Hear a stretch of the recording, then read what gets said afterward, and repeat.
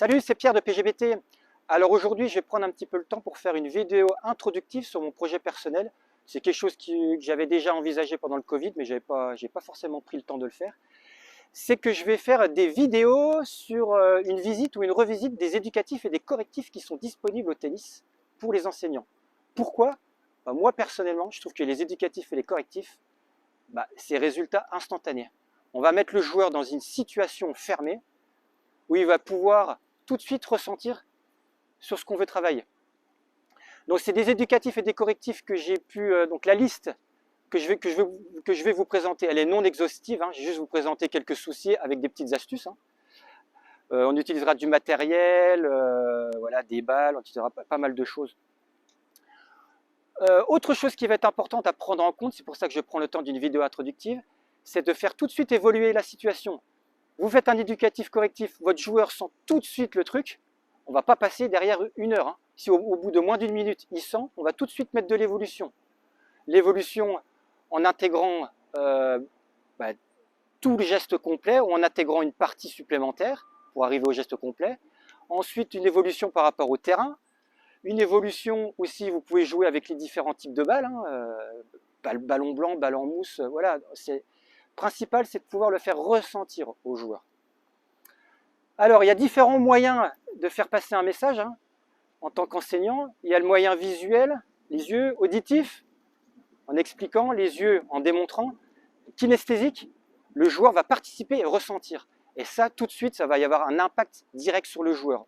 Moi, je me rends compte tous les jours où je suis sur le terrain. Cette liste non exhaustive, je l'ai construite au fur et à mesure des échanges que j'ai eus avec divers entraîneurs,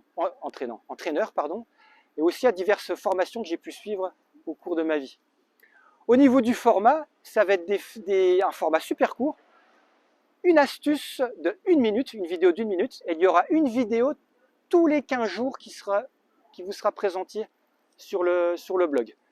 Donc ça fera 2 vidéos par mois, 12 mois, 2 x 12, 24. Je suis généreux, je suis dans le partage. On va faire ça pendant 1 an. Voilà, donc n'hésitez pas à laisser un petit commentaire, à me dire si ça vous plaît ou pas.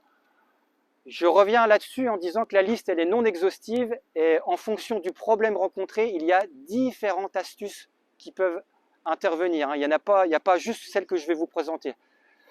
Je vous présenterai des éducatifs correctifs classiques que je connais et je me permettrai aussi de vous présenter des éducatifs et correctifs que j'ai utilisés à force avec de l'imagination, des choses simples, mais qui marchent super bien. Voilà, j'espère que ça va vous intéresser. Et puis, voilà, pour cet hiver, vous allez avoir une mini-série télé Netflix sur les éducatifs et les correctifs qui vous sera présentée tous les 15 jours. Voilà, n'hésitez pas à me laisser un petit like, un petit commentaire, ça fait toujours plaisir. Voilà, puis autre chose aussi que je voulais vous dire, n'hésitez pas à aller faire un tour sur Meet Tennis, mon espace enseignant tennis. Il y a toujours beaucoup de choses intéressantes à apprendre. Il y a des situations d'apprentissage qui sont partagées, des interviews qui sont vraiment super. Donc n'hésitez pas à aller faire un petit coucou sur le site d'Anthony et à mettre un petit like, il y a beaucoup de choses à apprendre. Voilà, moi je suis dans le partage. On a toujours à apprendre et un enseignant, il continue à apprendre de jour en jour.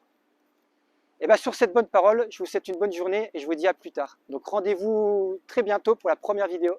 Bye bye, ciao!